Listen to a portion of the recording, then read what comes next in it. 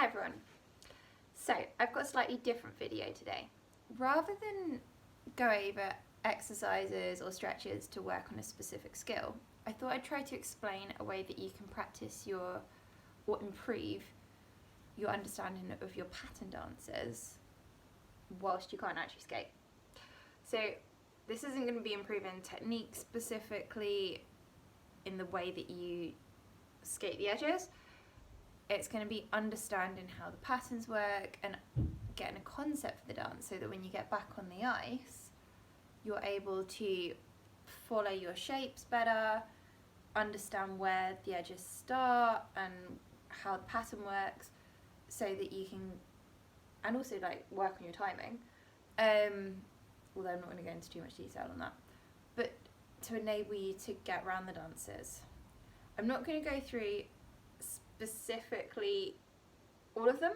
I'm just going to pick a very low level example, the Dutch Waltz, one of the first couple of dances you'll do. It's in level 2 with the British ice skating system, or I think it's in the first set of the American system. I'm not entirely sure. I think it's pre-preliminary or something like that in America. So it's one of the very early dances, one of the introductory ones, but one that has a quite simple pattern that tends to be reflected in the higher patterns of the way the lobes work and things is sort of standard throughout. So I will mention that, I'll show you that, but I'll also explain, or try to explain, how to read the pattern so that you can, wherever you're at in the system, you can get those resources. They're available online. All the dance patterns are available from the ISU, and there's other websites that you can get them from, which is like ice skating resources or something like that, that you can download most of the ice dance patterns. And sometimes people get them and they just don't know how to read them, so I'll try to go over that and just give you a few hints and tips that you can think about off the ice that you can then think about when you get back to the ice. So, first things first, this is quite theoretical. I'm going to show you this. This, you can see it, looks backwards, but it's the Dutch Waltz ice dance pattern. Okay, so these are what I mean by the diagrams, patterns that you can get off the internet.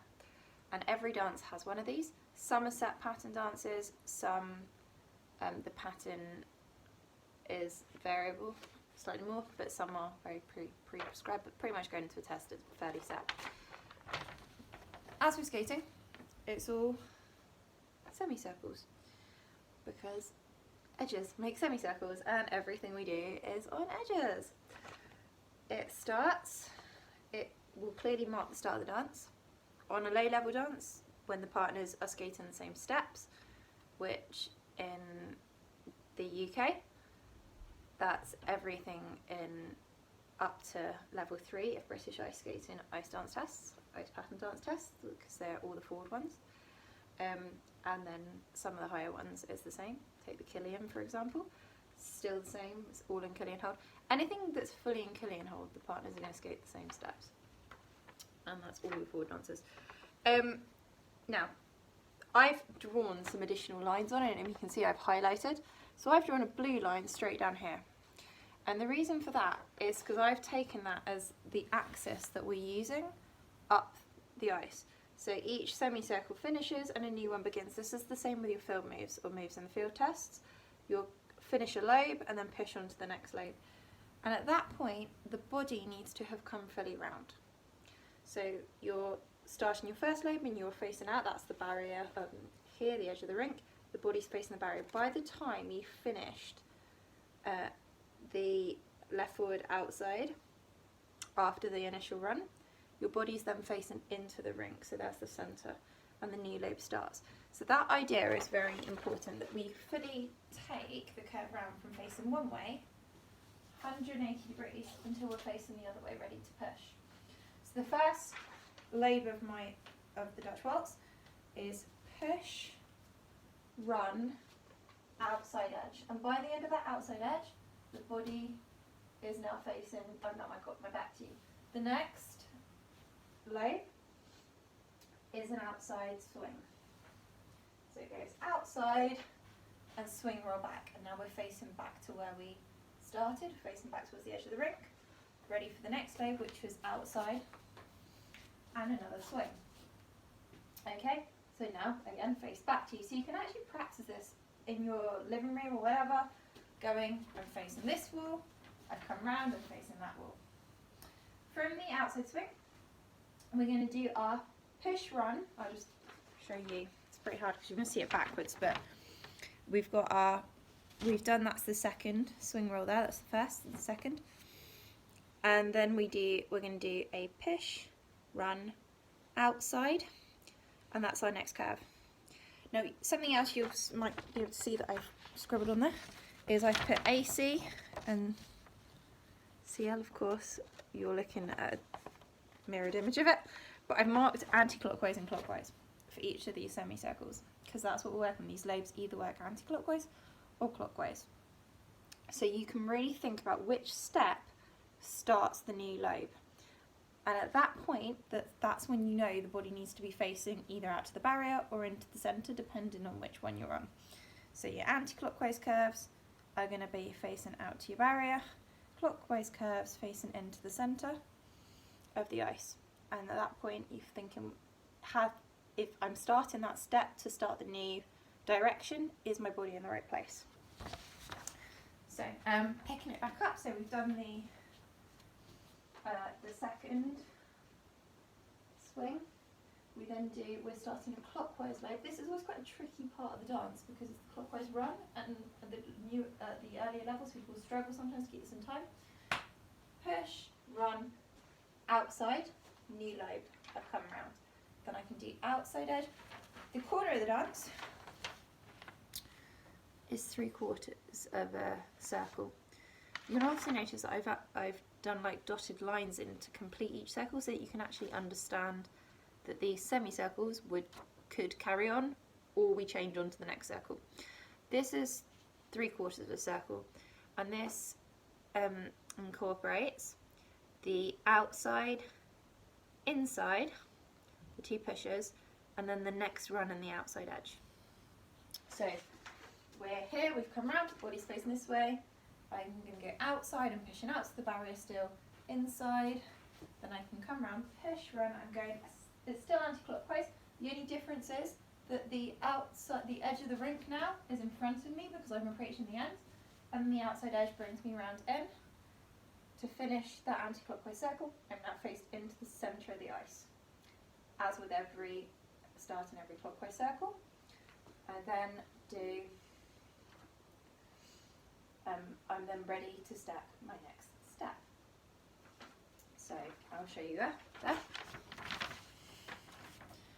So I've done my run and my outside edge, and it's come round, and this is where I'm faced into the centre of the ice, ready to start the clockwise circle for my swing roll. Okay, and quite typical of a lot of dances, there is a swing roll that goes across the top. Okay, across the middle of the top. That's quite a common step you'll see.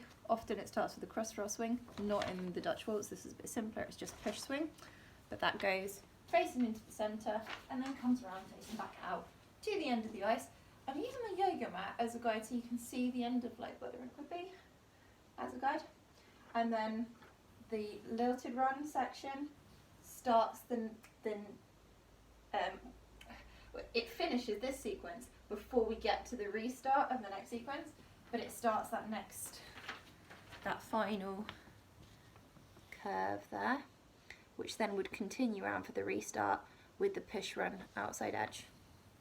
Okay, so it's again, by the time we got to the end of that push run outside edge, which is actually the restart, that's a full, well not full, it's 3/4 of a circle. So it's lilted, lilt, run, push, run, outside. That's the end of the anti-clockwise section, so now I'm faced back into the centre of the rink, ready to step onto my clockwise section.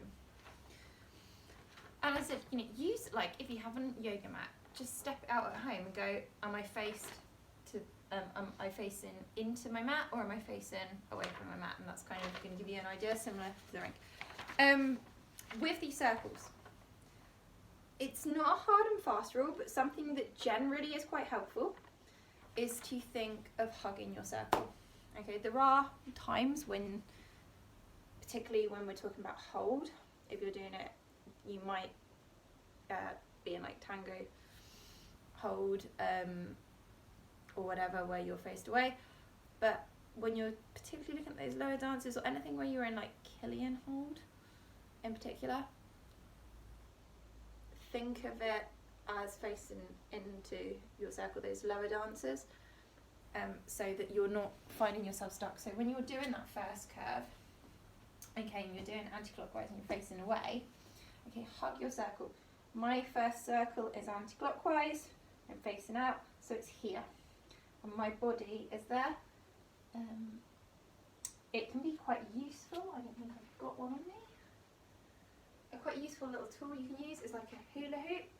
What I do have though, but improvise, I don't have a hula hoop on me here, but I'll take my balance board, which is a circle. There is my circle, okay? So I would go around that, and my arms would be there, or there if I was actually in hold. Okay, I'd put on the hip, or solo, I'm hugging it, push, run, outside. When I've come round to the end of the outside circle, I now have a clock, end of that anti-clockwise circle, I'm now moving on to a clockwise circle. Back space to you, my circle's now here. I'm going around that way. Okay, so I now want to subtly manoeuvre my shoulders so that they're turned in towards that clockwise circle, ever so slightly, so that I can follow that round for my outside swing. As I change, I'm going on to an anti-clockwise circle. I now want to subtly turn and hug my anti-clockwise circle, so I'm keeping the circle to the side of me, turning in. The shoulder movement shouldn't be a big twist. It should literally come from by holding naturally, so almost start at 10 to 2 and then just subtly pull it to that side. There, so it's a very slight, we're kind of like,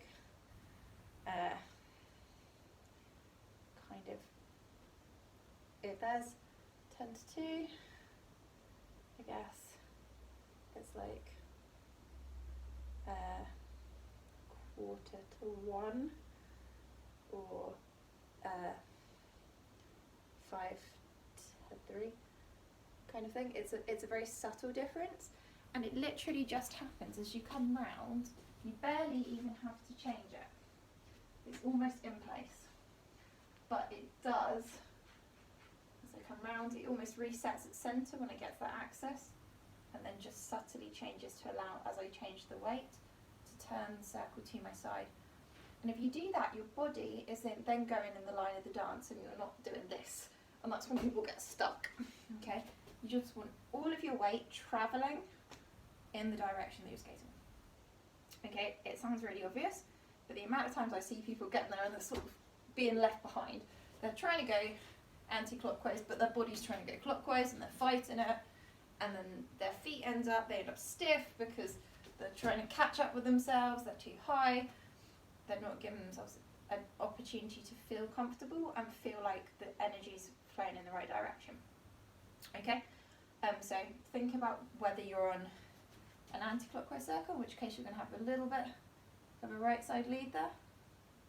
For these that we're talking with our basic, forward-facing Killian hold type things, does apply backwards, that you look into your circle, hug your circle as well.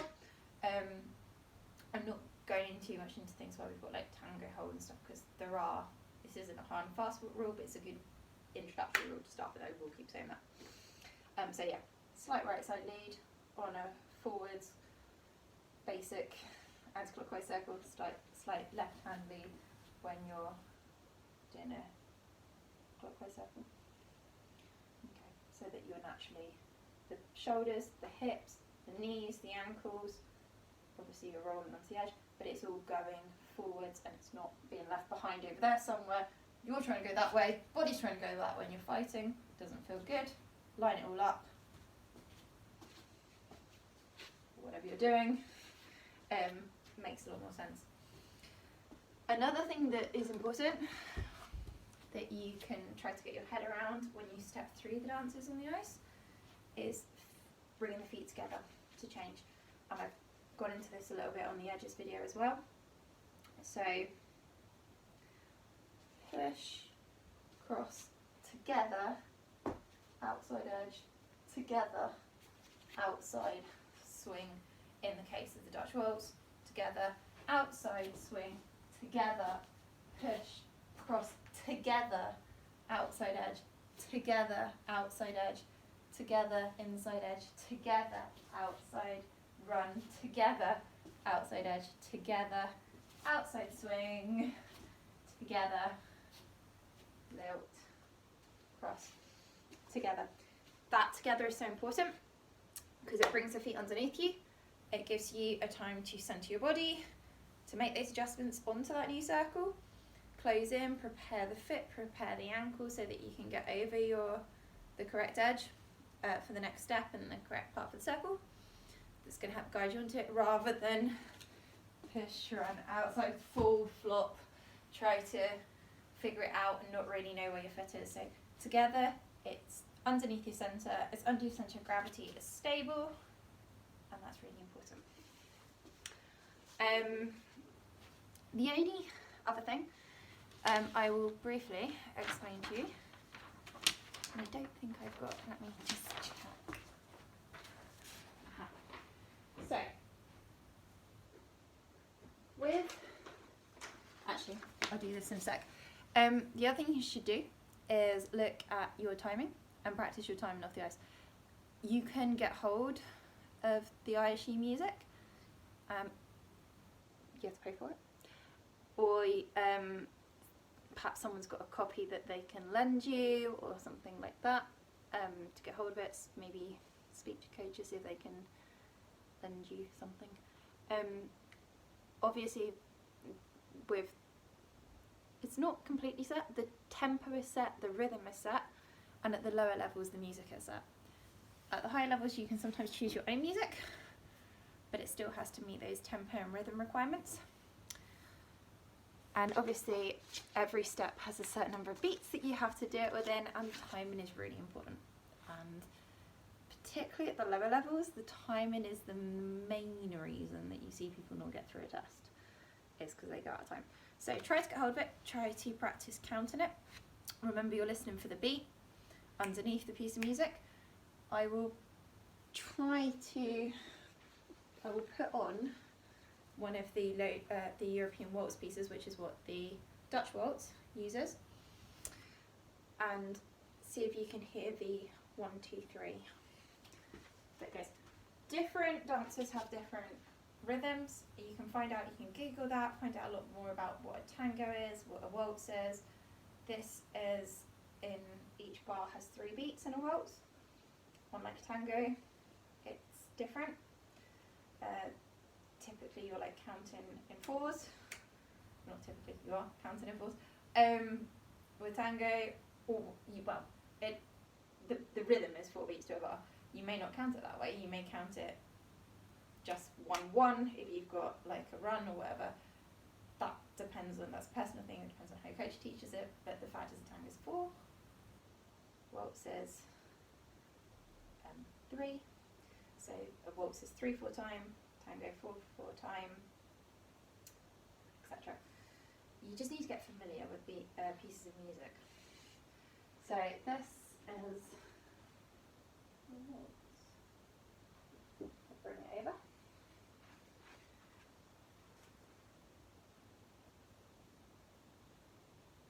Hopefully it's going away. 1, 2, 3, 1, 2, 3, 1, 2, 3, 1, 2, 3. So here, it's like a little like sound in the background. Boom, boom, boom. There's a strong beat.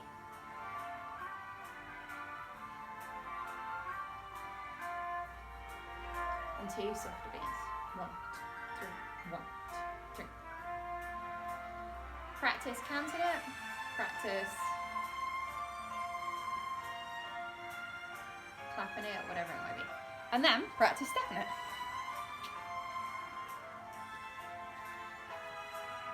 Even if it's just changing the feet, and then you can move on.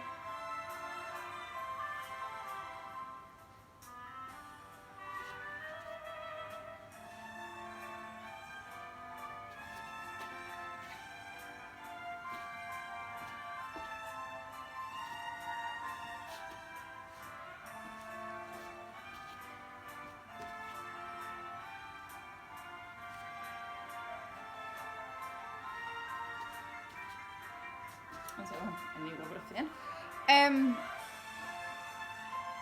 Something that you might want to stop it for a moment. Something that can be helpful is typically on the ice when you start off with a new dance, you find that you can't quite keep up. You might be able to hear it, but you feel like you're missing it. Try to think of pushing on the beat. Because if you just think of stepping, by the time you've actually made the weight transition, you're actually not going to have stepped on the beat. So that might be something to play with when you get back on the ice. If you're finding that you're not quite getting there, if you're always like fractioning behind it. But on the floor, just even if it's just swaying to the beat.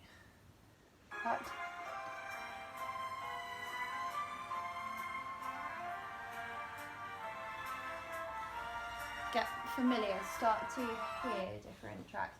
I'll see if I can find, I'll find you a different one. So this one is one you probably would have all heard. It's going to play.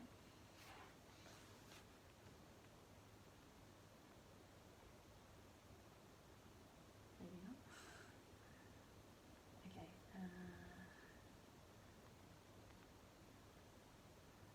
You can do it with like literally anything. You can do it. You can do it with like any piece of music on in the car. Clap to it, count it, get used to music. So this one is one you will probably recognise.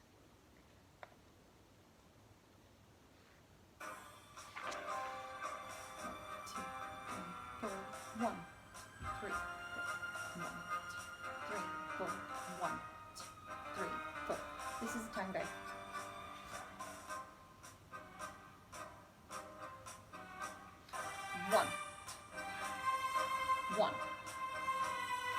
One.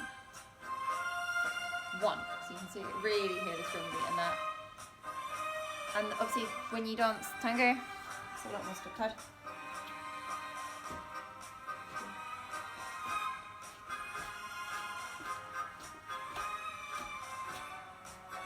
And so on.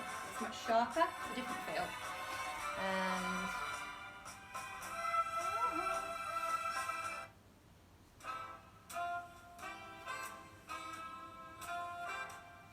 also 4 beats to the bar, 4/4 time. 2, 3, 1, 2, 3, 4. This is the blues music, or what you'd use for the rhythm blues. So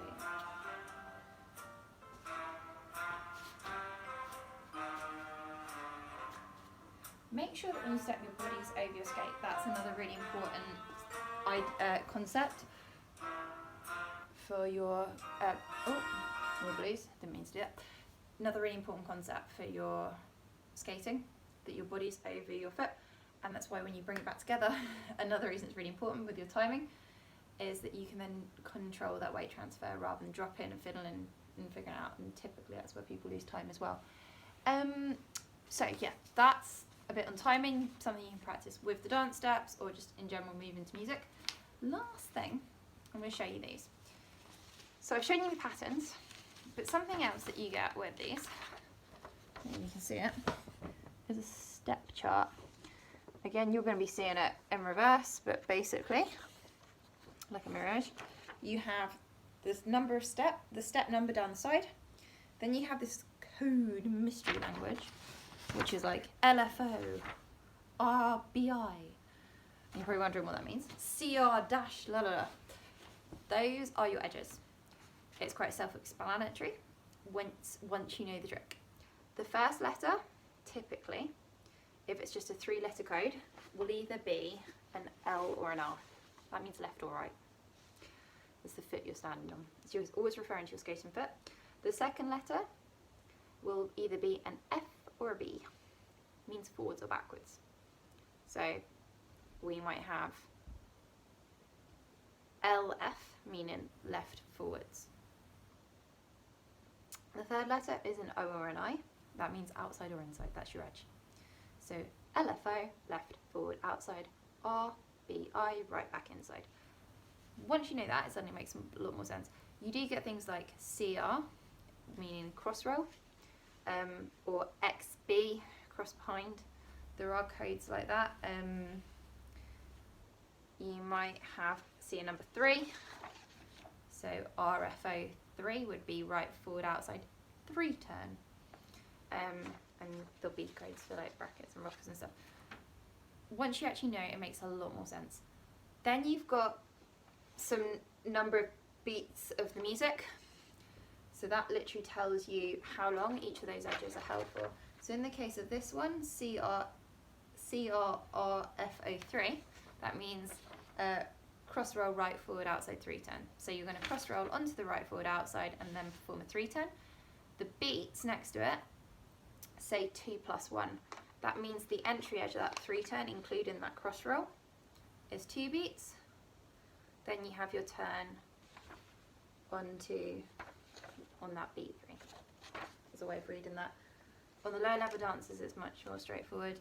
You might see 1-1 for a run, or in the case of the Dutch Waltz, 2 + 1, which is outside for 2, cross for run for 1, so do the cross action for 1.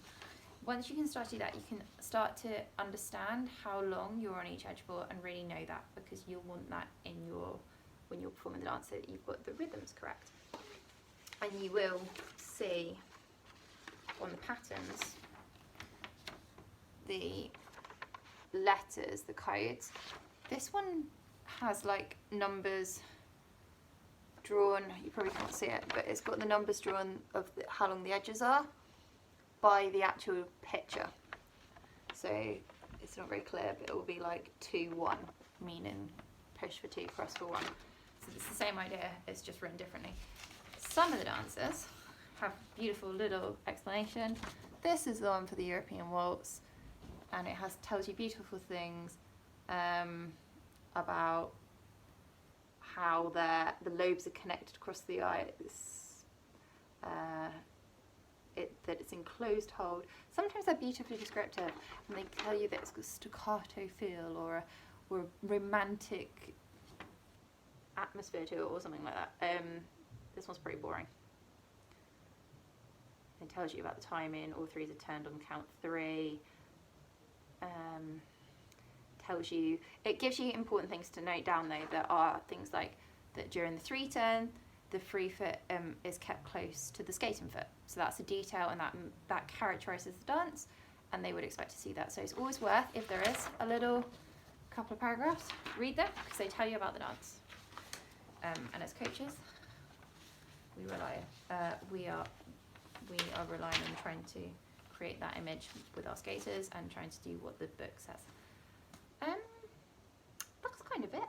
So this wasn't like this is a very technical description. Hopefully it's going to help you to do some work and kind of be able to work in your pattern dances whilst you can't actually skate them, and bring them back looking more beautiful. The other key thing to note is that obviously your posture as a dancer, when we're skating it, we've got that beautiful stance, nice and upright, hips underneath us, ribs in, and we can really get a high quality positioning, keeping the body still and strong, so it's not moving loads or flopping, but we've got a nice strong core. We're getting our beautiful extension, and of course our beautiful knee bend. In fact, posture, knee bend, extension. Okay, head up, and we're getting those nice lines throughout. What order to practice in? When you're back on the ice, get your edges, get your steps first, get the body in the right position first, so that you understand where your pattern's going. It doesn't have to be a big pattern or a deep pattern, it just needs to be in the correct place. You can start small. Then you can start to deepen your edges. Don't panic about your timing to begin with, because if you're struggling to get around your pattern, your timing's not going to happen. You've got to strengthen the skating, get the quality of the skating, and then you can get your pattern, and then you can, as your pattern improves, is correct, even if it's small, you can then start to think about your timing. And then you may find that the pattern goes for a little bit, but you have to kind of work the timing at that point, get it stronger, keep working the skating, and then they'll gel together. I think people try really hard to get the timing instantly, and they just can't get around the curves, and then it all ends up mishmashed. That was my way of doing it. Anyway, hopefully it was helpful. Bit different, but so you can do that. Alright, bye bye.